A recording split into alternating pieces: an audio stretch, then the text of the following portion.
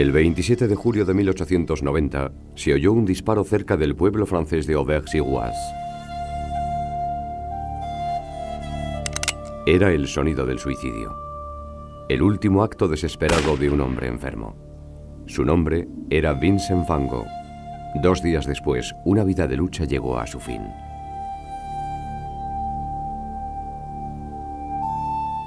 Cuando murió, Van Gogh tenía 37 años y era casi desconocido. Solo había vendido uno de sus cuadros. Había sufrido la soledad, la persecución y finalmente la locura que le condujo al suicidio.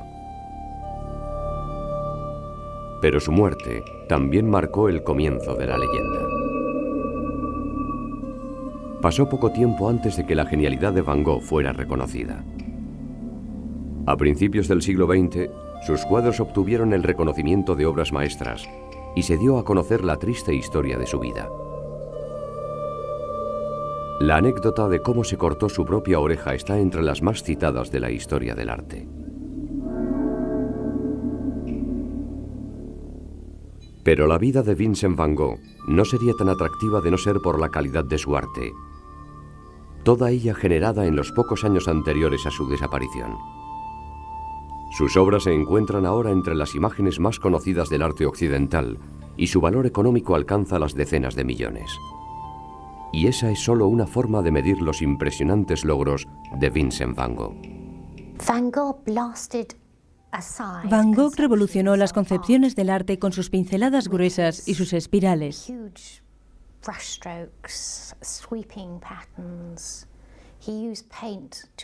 Solía pintar para expresar emociones puras de una forma que nadie más hacía en el momento y que no se ha conseguido desde entonces. Le preocupaba la gente y el ser humano, la condición humana. En otras palabras, la emoción humana. Y eso es algo que de alguna forma en el Renacimiento fue subestimado. Y liberar, como otros habían liberado el color. Van Gogh también liberó el color porque era parte esencial de lo que estaba haciendo. Pero, por ejemplo, tanto Gauguin como Cézanne también lo habían hecho de distintas formas, como Monet y Seurat, y de ahí viene la importancia de que aportara una nueva dimensión de una forma violenta a las bases del sentimiento del arte moderno.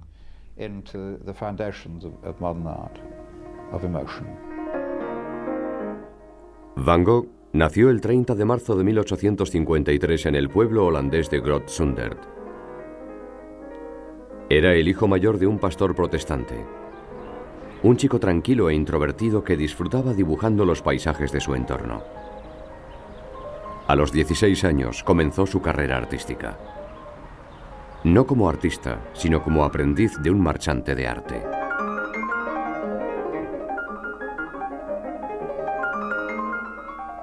Aunque apenas produjo creaciones propias, el trabajo del joven Vincent le puso en contacto con grandes obras.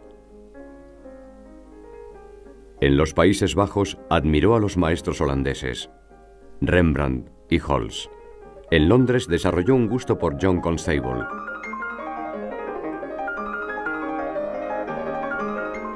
Y en París se familiarizó con la obra de Camille Corot y François Millet.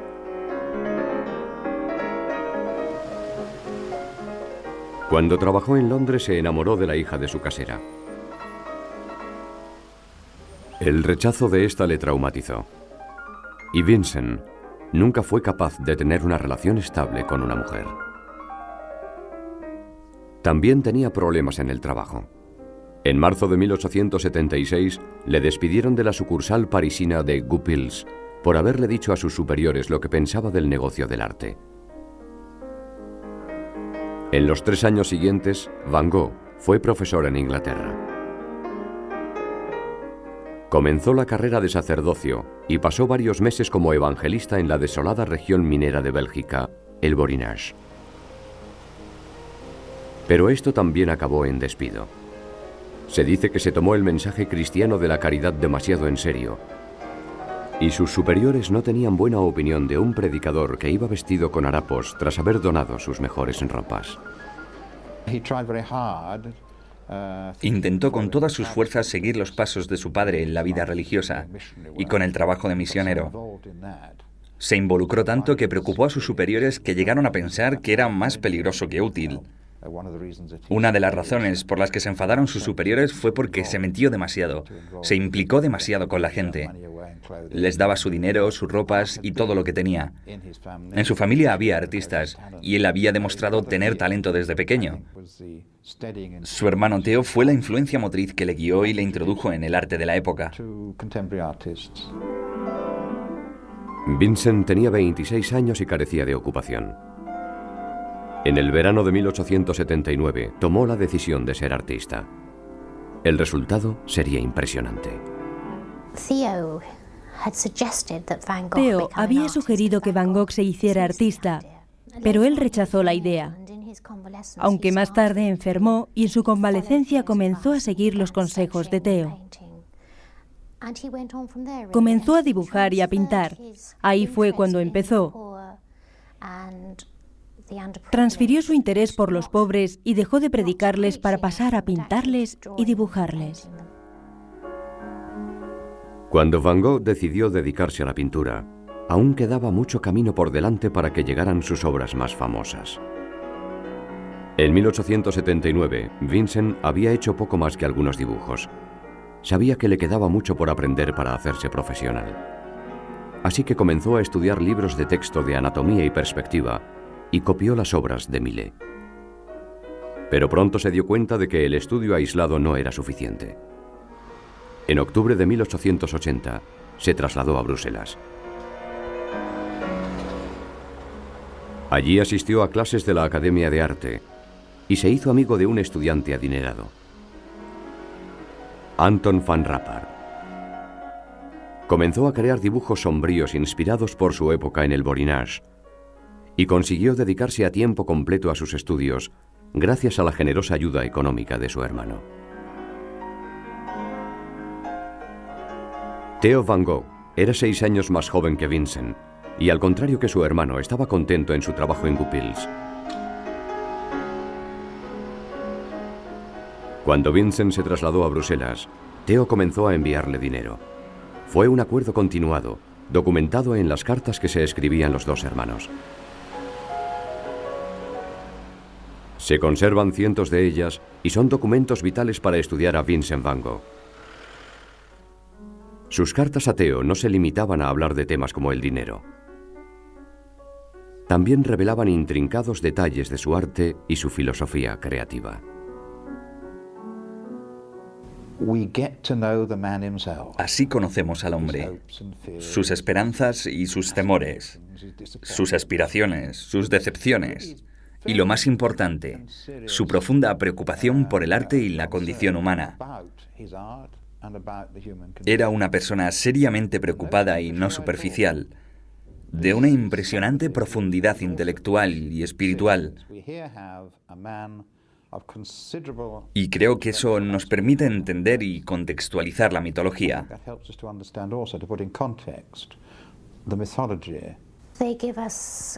Nos permiten entender sus pensamientos, ideas y creencias.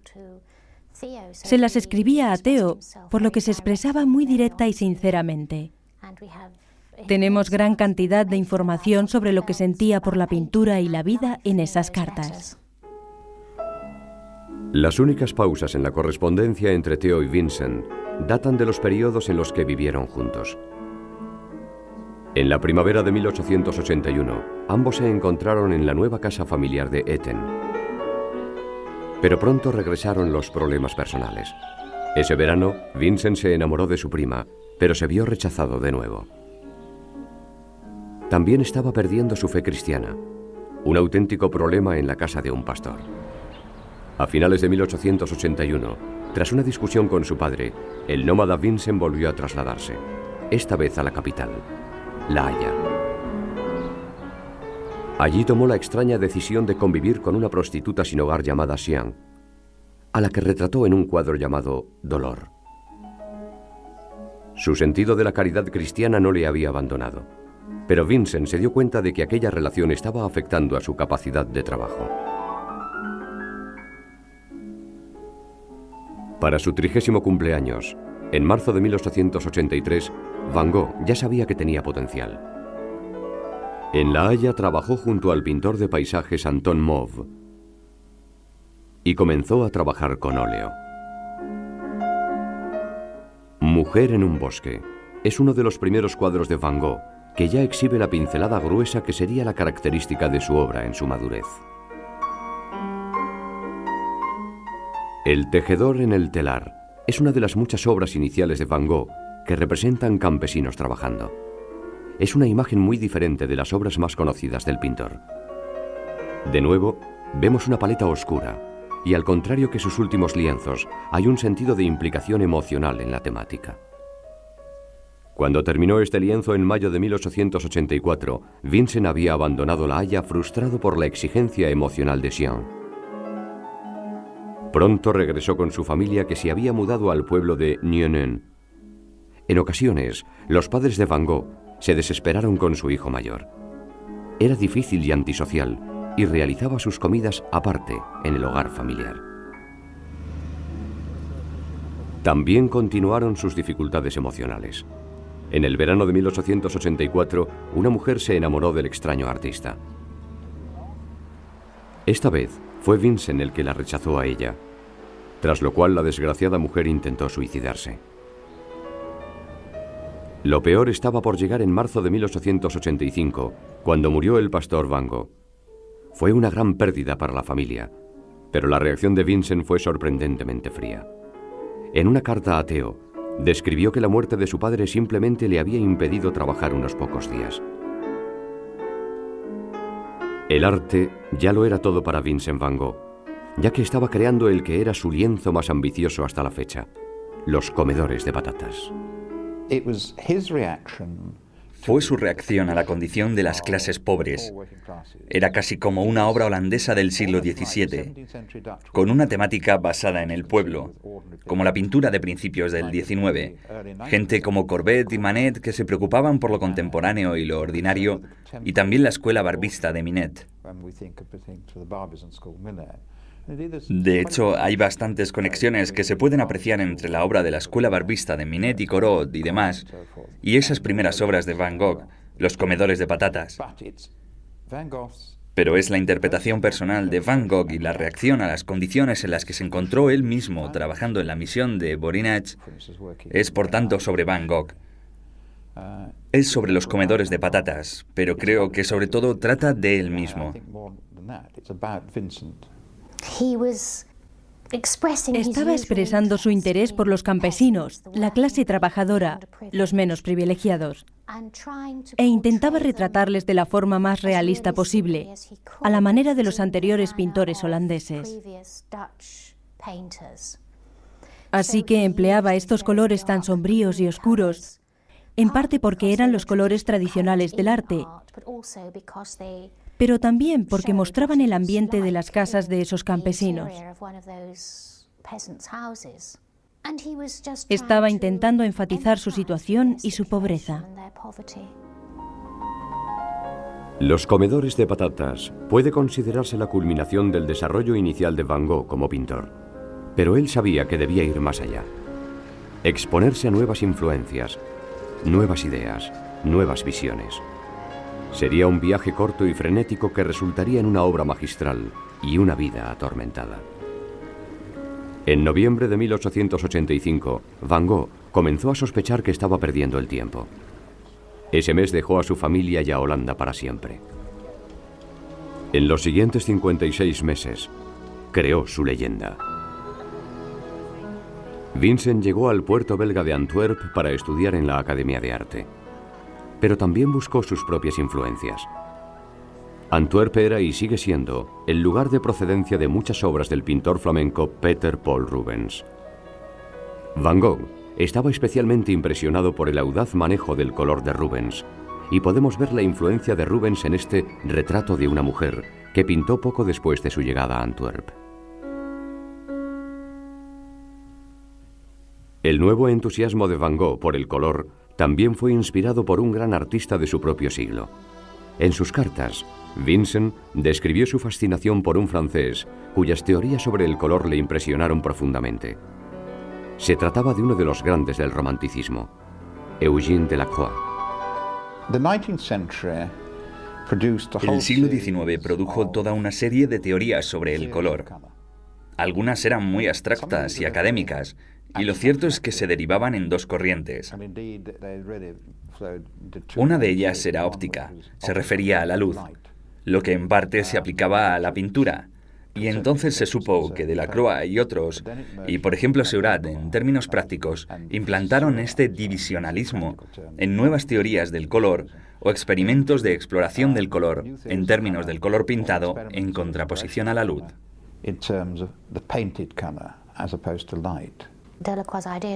Las ideas de Delacroix sobre el color era que no existe un color sólido.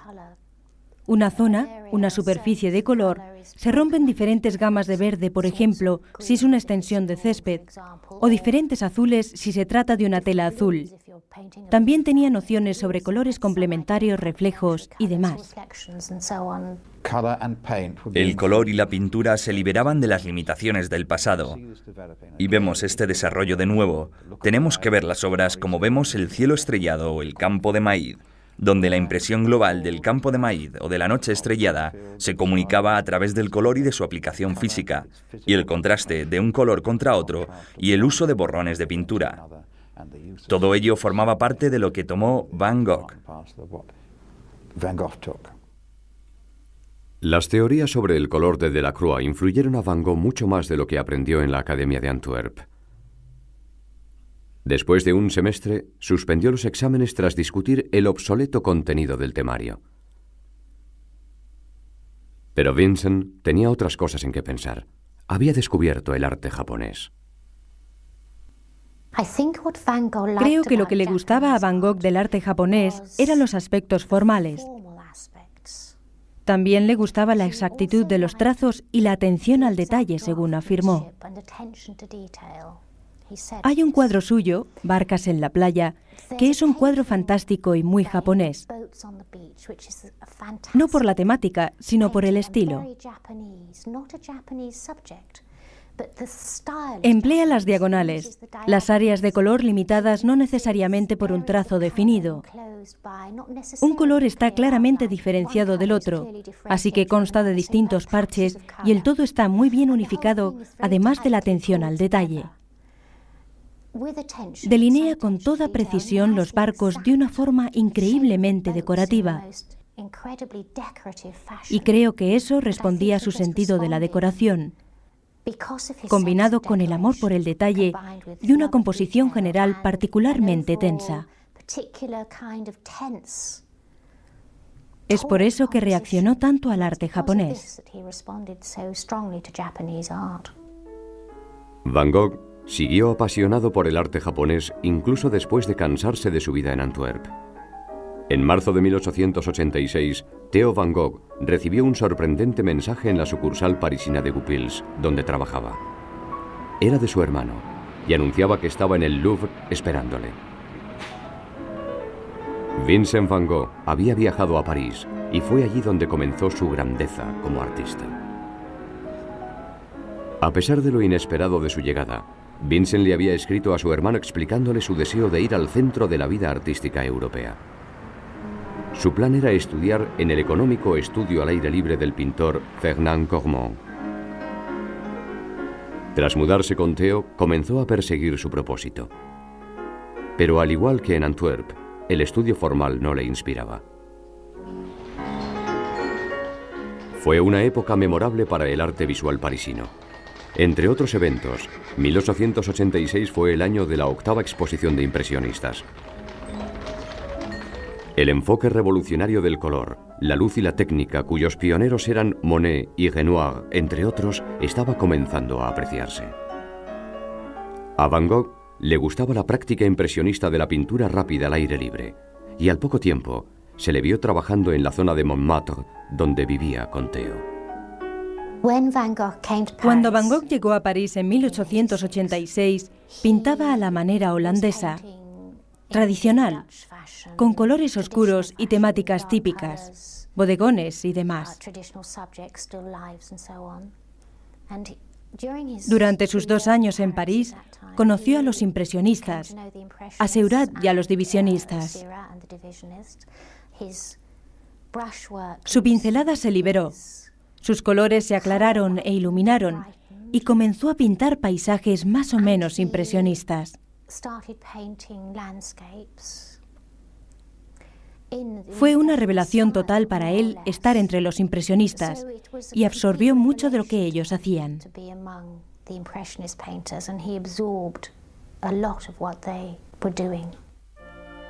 Pero la revolución del impresionismo estaba dando un gran paso adelante. La era del postimpresionismo ya estaba comenzando con la obra de pintores como Toulouse-Lautrec, Seurat y Signac. Van Gogh los conoció a todos. Sobre todo fue amigo de Signac y se interesó mucho por su técnica del puntillismo. Esta técnica, de la cual Seurat fue el pionero, y en el momento ya incluía al gran impresionista Camille Pissarro entre los que la practicaban. Pissarro también se hizo amigo de Van Gogh y podemos ver la influencia del puntillismo en gran parte de su obra parisina.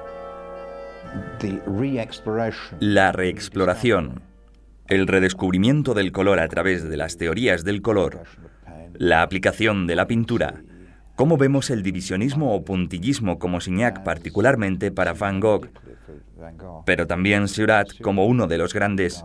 Ahí fue donde comenzó a hablar el color de una forma particular. La forma en la que el ojo percibe el color y se mezcla en ese espacio entre el lienzo y el ojo. Eso era lo que importaba. En mi opinión, básicamente el puntillismo hace referencia a pintar con puntos, y el divisionalismo es una teoría de puntillismo que consiste, por decirlo así, en que en vez de pintar una zona naranja, mezclando con rojo y amarillo en la paleta, lo que se hace es poner puntos rojos y amarillos entremezclados para que sea el ojo el que lo perciba como naranja en el espacio intermedio. Lienzos como este bodegón de 1887 revelan el entusiasmo de Van Gogh por el puntillismo. Pero al contrario que su amigo Pissarro, Vincent nunca dejó que esta técnica dominara toda su obra. Tenía demasiadas fuentes de inspiración aparte de esta. En París conoció a Paul Gauguin, una amistad que acabaría de forma desastrosa. Pero en 1886 y 1887, Van Gogh se dedicó a aprender de Gauguin el uso plano del color en sí. Podemos apreciarlo en sus copias de grabados japoneses, otra pasión que mantuvo durante su época parisina. En 1887, Vincent estaba absorbiendo influencias de un abrumador número de fuentes, pero su vida personal seguía siendo problemática. Era melancólico y temperamental, incluso con sus colegas artistas. Bebía mucho y su salud comenzó a resentirse. Su amado hermano también se sentía frustrado por convivir con un individuo tan problemático. A finales de 1887, Vincent se cansó de París. Pero su época en la capital francesa había sido de vital importancia para su arte. Si contemplamos este Comedores de patatas de 1885 y lo comparamos con este retrato de 1887 del proveedor Père Tanguy, es difícil creer que ambos sean del mismo pintor. Y lo mismo ocurre cuando vemos este autorretrato, pintado poco después de su llegada a París. Si viajamos 2 años en el tiempo, vemos que la evolución artística es notable. Podemos apreciar un cambio bastante rápido de cuadros muy oscuros, cuadros de mucha fuerza, pero lo que cambió fue el uso del color. Creo que si hay algo que desarrolló a raíz de su etapa parisina fue el color. Fue como si de repente se hubiera dado cuenta de que el color era importante, que el color era en sí mismo algo a través de lo cual se podían comunicar sentimientos, reacciones e impresiones.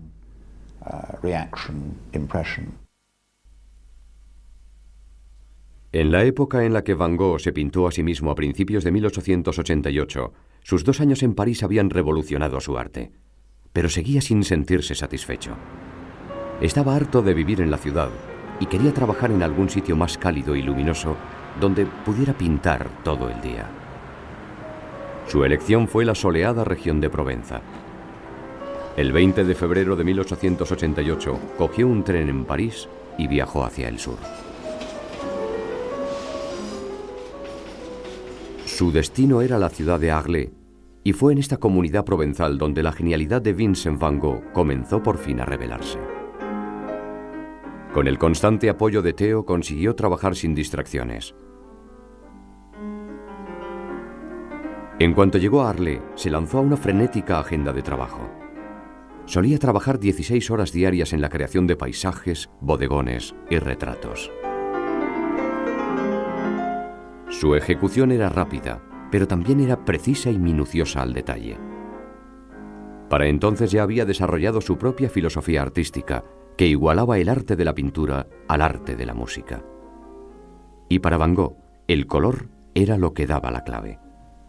En una carta a Theo le habló de emborronar y exagerar completamente el color. Sus pigmentos eran audaces e intensos, pero también gozaban de una armonía en el lienzo, como podemos ver en una de las primeras obras de Arles, el puente de Langlois con lavanderas. Emplea una paleta bastante limitada en sus cuadros, de nuevo con colores vivos, verdes y amarillos, una combinación bastante inusual, y aplica los colores con mucha confianza. Podemos darnos cuenta de todo el tema del color apreciando la fuerza de estas obras. Nadie que vaya a sentarse junto a esos ríos y contemple el puente sería capaz de adivinar que fue ahí donde Van Gogh se sentó a pintar esta vegetación. La forma en la que pintó este puente, así es como era el cielo en aquel momento, porque el color ya se ha deteriorado y la fuerza del puente es increíble, y es en parte por el dibujo que hay debajo que tiene mucha fuerza. Y esa es la reacción de Vincent al simbolismo. Además de ser una reacción personal, y eso es importante, está relacionado con los grabados japoneses por su simplicidad, lo que las convierte en obras de mucha fuerza. Cuando Van Gogh terminó el puente de Langlois en marzo de 1888, ya tenía una confianza total en su arte. Pero su manejo del color se haría todavía más audaz. Una visita a la costa mediterránea, en Saint-Marie-de-la-Mer, inspiró esta impresionante acuarela a su regreso a Arles. El contraste entre naranjas y azules es abrumador, y la imagen consigue crear un todo unificado. Jamás se había visto un cuadro como este, y no es de sorprender que Van Gogh no pudiera vender su obra. Pero en verano de 1888 consiguió un estudio en una propiedad de Arles y en septiembre alquiló el edificio entero, la denominada Casa Amarilla. Era un nombre adecuado. Van Gogh estaba casi obsesionado con el color amarillo. Cuando se veía obligado a pedirle a Theo que le comprara pintura, el amarillo siempre era el primero de la lista. Para Van Gogh, el amarillo tenía un significado espiritual y simbólico, y empleaba el color con abandono en sus retratos, en los soleados paisajes y en los bodegones. Estos incluían una de las obras más famosas y de técnica más impresionante de toda su carrera, Los girasoles, de agosto de 1888. Vincent escribió a Theo diciéndole que estaba centrándose en el sol y la luz del sol. Suponemos que es por esto por lo que estaba obsesionado con el amarillo en todas sus gamas, como los que aparecen en los girasoles en la National Gallery. Le encantaba un color tan vibrante. En Los girasoles, que es un ejemplo especial, en la serie de Los girasoles de la que el mejor exponente se encuentra en la National Gallery de Londres, fue en contra de todos los criterios de pintura tradicional. Es todo amarillo, y aún así tenemos algo realmente tridimensional, o al menos la ilusión creada de 3 dimensiones. Aquí no hay perspectiva, no hay trucos de profundidad en el sentido tradicional. Es el uso del color y las variaciones del tono de un color, que es una especie de naranja, además de una calidad lineal. Y volvemos de nuevo a este dibujo. No teme utilizar un color oscuro, una indicación de una línea oscura para rodear o separar, y eso da profundidad. Recuerdo que durante mucho tiempo pensé que no se parecían a unos girasoles en absoluto, y luego me di cuenta de que son las flores en la etapa en la que se han quedado sin pétalos, mostrando todas las semillas del girasol. La textura de esas semillas es muy distinta de la textura de la maceta, que casi se puede tocar, que está coloreada con una superficie agradable y brillante, contra una superficie mate y luego contra la pared. Van Gogh creó una serie de estudios de girasoles, y esta versión puede contemplarse actualmente en la National Gallery de Londres, pero originalmente estuvo colgada en la pared del pintor. La creó para decorar un estudio comunal de la Casa Amarilla. Esto era la denominada colonia de artistas que Vincent quería establecer, el Estudio del Sur. Y su primer compañero de colonia fue Paul Gauguin. En esa época, Gauguin estaba trabajando en la costa de Bretaña y al principio se resistió a reunirse con su gran amigo en el sur. Pero cuando el generoso Theo accedió a pagarle una pensión además de la de su hermano, el compañero de profesión de Vincent accedió a viajar a Arles. Van Gogh estaba exultante. Vincent quería juntar a unos cuantos artistas para que cooperaran, como los primeros cristianos, según él. Quería que cualquiera acudiera a Provenza. Gauguin fue el único interesado. Ambos tenían mucho en común. Admiraban de antemano la obra del otro, y él pensó que podría aprender de Gauguin. Colocó a Gauguin en la posición del maestro o el profesor, lo que sorprendió bastante a Gauguin, que pensaba que Van Gogh era un artista de mucha fuerza, si bien no era un buen pintor. Van Gogh comenzó a modificar la forma física y el color de sus temas para comunicar ideas. Con este lienzo, frente al café nocturno, la intención del artista era comunicar una sensación de corrupción y la vida de los bajos fondos. En sus propias palabras, expresar las terribles pasiones de la humanidad mediante el rojo y el verde. El café nocturno también puede considerarse como parte del deseo del artista por capturar la naturaleza sublime de la noche misma. Poco después, Vincent creó su primer gran lienzo de exteriores nocturnos, el Terraza del Café. Según la leyenda, Van Gogh solucionó el problema de iluminación de la pintura nocturna llevando un sombrero coronado por velas. En septiembre de 1888 creó Noche Estrellada, una imagen cuyo significado espiritual sigue calando hoy en día.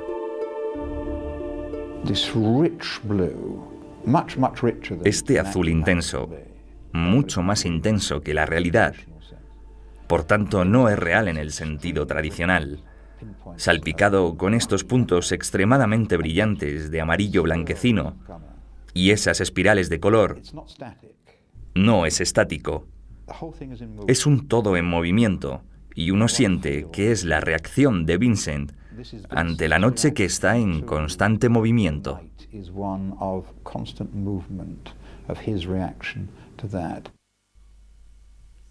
Este lienzo de septiembre de 1888 no sería el último de Van Gogh en representar una noche estrellada. Pero para cuando regresó a esta temática en junio de 1889, la obra resultante fue sorprendentemente diferente, reflejando los traumáticos acontecimientos de los meses transcurridos. Por desgracia, el invierno de 1888-89 marcó el principio del fin para Vincent Van Gogh, una época que le traería locura, persecución y un legendario acto de automutilación. Y en otoño de 1888 todo parecía ir bien, a pesar de la constante incapacidad de Van Gogh de vender un cuadro. Estaba ansioso por la llegada de Gauguin, y la paz mental del artista se refleja en este cuadro de su habitación. En La habitación de Vincent, el artista dijo que quería comunicar una sensación de calma total, de descanso del cerebro o de la imaginación. Pero todo salió terriblemente mal. Gauguin llegó finalmente a Aglaé en octubre de 1888 y se instaló rápidamente en la Casa Amarilla. Los dos comenzaron a trabajar juntos mientras llegaba el invierno. Durante un tiempo, el sueño de Vincent de un arte comunal exitoso parecía a punto de hacerse realidad.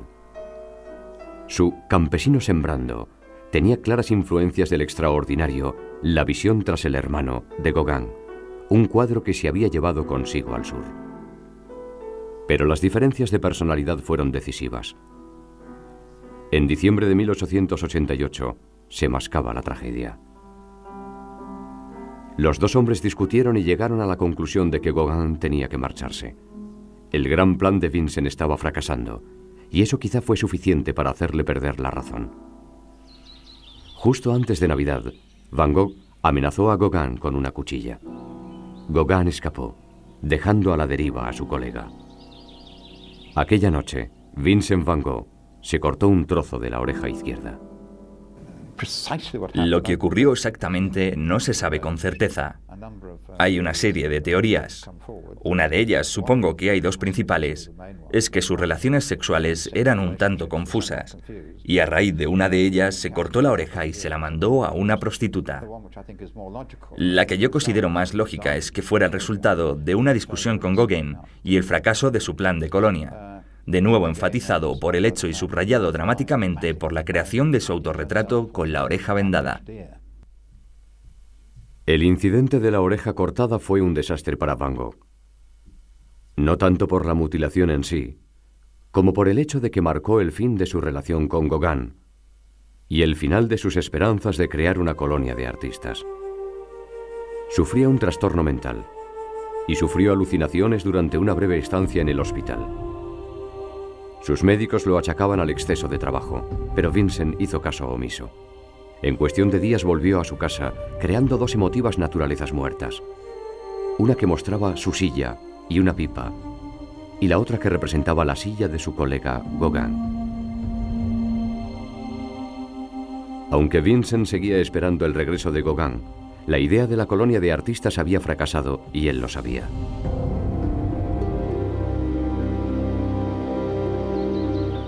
A principios de 1889, un desconocido artista holandés se hallaba solo en el sur de Francia.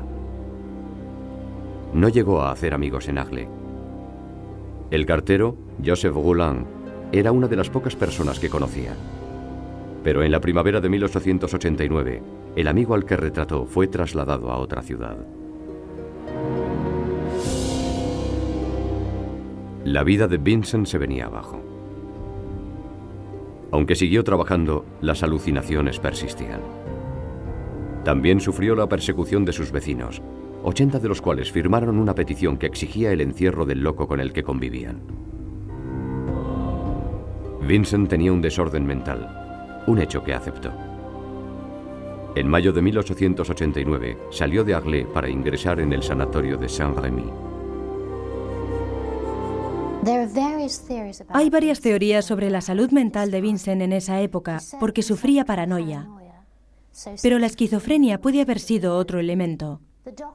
El médico que le trató en ese momento pensó que no estaría comiendo correctamente, y eso era probable. Quizá también hubiera consumido alguna sustancia venenosa de su pintura, sobre todo el blanco.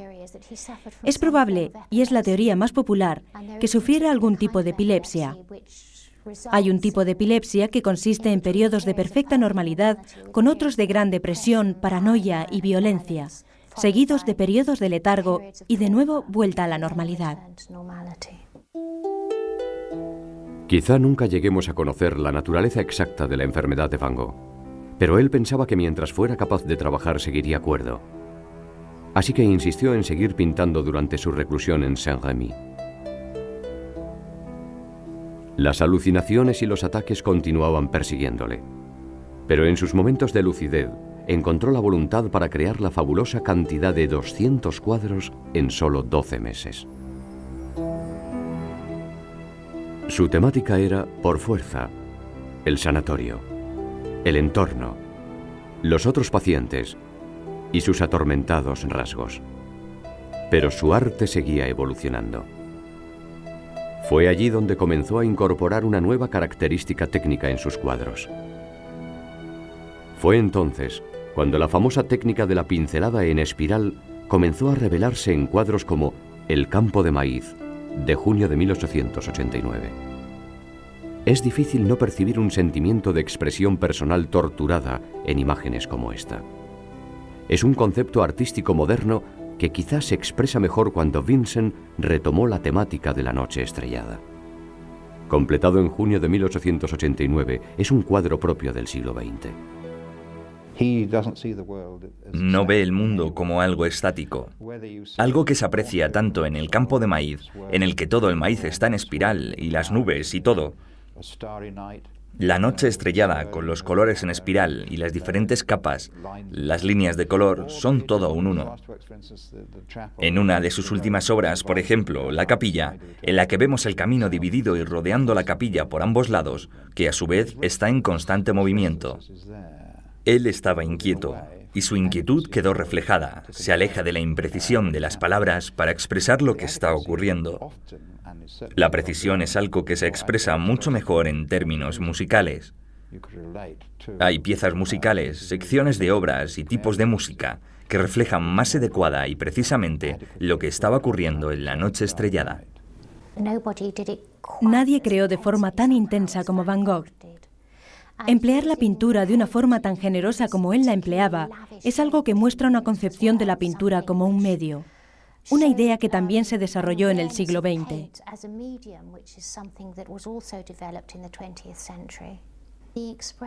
El movimiento expresionista, por ejemplo, demostraba un profundo deseo de emplear la pincelada y expresar emociones de intensidad variable, queriendo liberarse de los sentimientos abrumadores.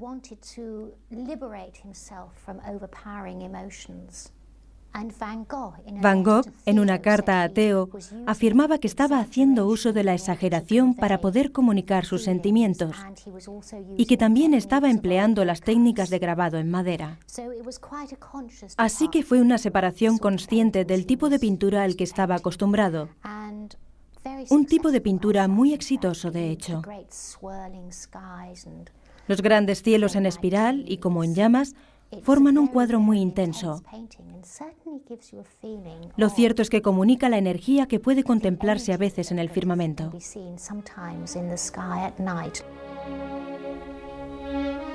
Poco después de terminar la noche estrellada, sufrió otro brote en Saint-Rémy. Durante el resto de 1889, soportó brotes seguidos de periodos de cordura, donde llegó a pintar imágenes como este autorretrato. Aquí podemos ver a un hombre hundido bajo el peso de la locura, un hombre cuya vida había sido un completo fracaso. Afortunadamente llegaron buenas noticias. A principios de 1890 apareció un artículo que alababa la obra de Van Gogh. Ese mismo mes, Theo informó a su hermano de la venta de su cuadro La Viña Roja por la suma de 400 francos. Fue el único Van Gogh que se vendió en vida del artista. Pero el sanatorio de Saint-Rémy no pudo hacer nada por Vincent Van Gogh. Cada vez más solitario, el artista decidió abandonar la Provenza. En mayo de 1890 llegó a Auvers-sur-Oise, un pueblo cercano a París, bajo la supervisión de Paul Ferdinand Gachet, un médico que también era amigo del viejo colega de Vincent, Pissarro. Durante una época, el traslado pareció beneficiarle. Obras como La iglesia de Auvers revelaron que la obra del artista seguía evolucionando, aunque esto no fuera apreciado en vida del artista. El retrato del Dr. Gachet nos ofrece un emotivo ejemplo de las últimas obras de Van Gogh. 100 años después, se vendió por la suma de 30 millones de euros, convirtiéndose en el lienzo más caro de la historia. Y no es el único lienzo de Van Gogh que se vendió por decenas de millones.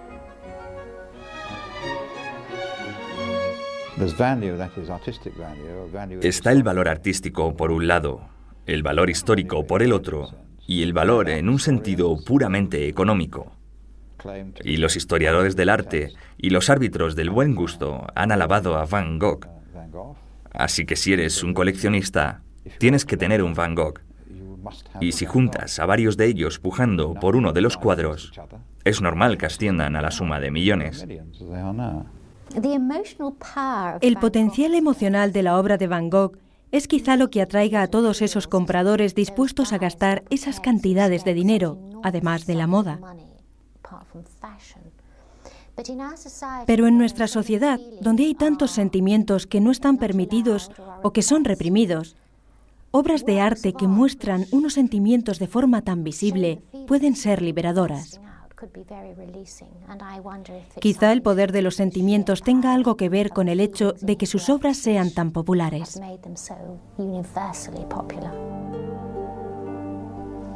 Quizá la tragedia definitiva para Vincent Van Gogh fuera el hecho de que jamás llegó a saber el valor que alcanzaría su arte en el futuro.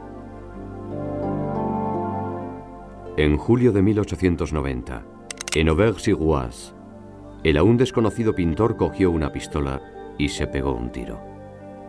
2 días más tarde, con Theo a su lado, murió. Tras 37 años, por fin alcanzó la paz. Pero aún quedaba otra tragedia. 6 meses después, Theo también murió y fue enterrado junto al hombre que tan incansablemente había apoyado en vida. Quizá el mejor de todos los postimpresionistas, Vincent Van Gogh. En mi opinión, era un gran artista. Siguió sus propios dictados, su propia intuición, que es lo que tiene que hacer un artista, y lo siguió hasta el final. Yo creo que el esplendor del siglo XX tiene 3 raíces en las figuras de Cézanne, Gauguin y Van Gogh. El entusiasmo, la humanidad, la preocupación por la condición humana de Van Gogh, lo cual lo llevó a crear algunas de sus mejores obras, siguió siendo una constante en movimientos posteriores como el expresionismo.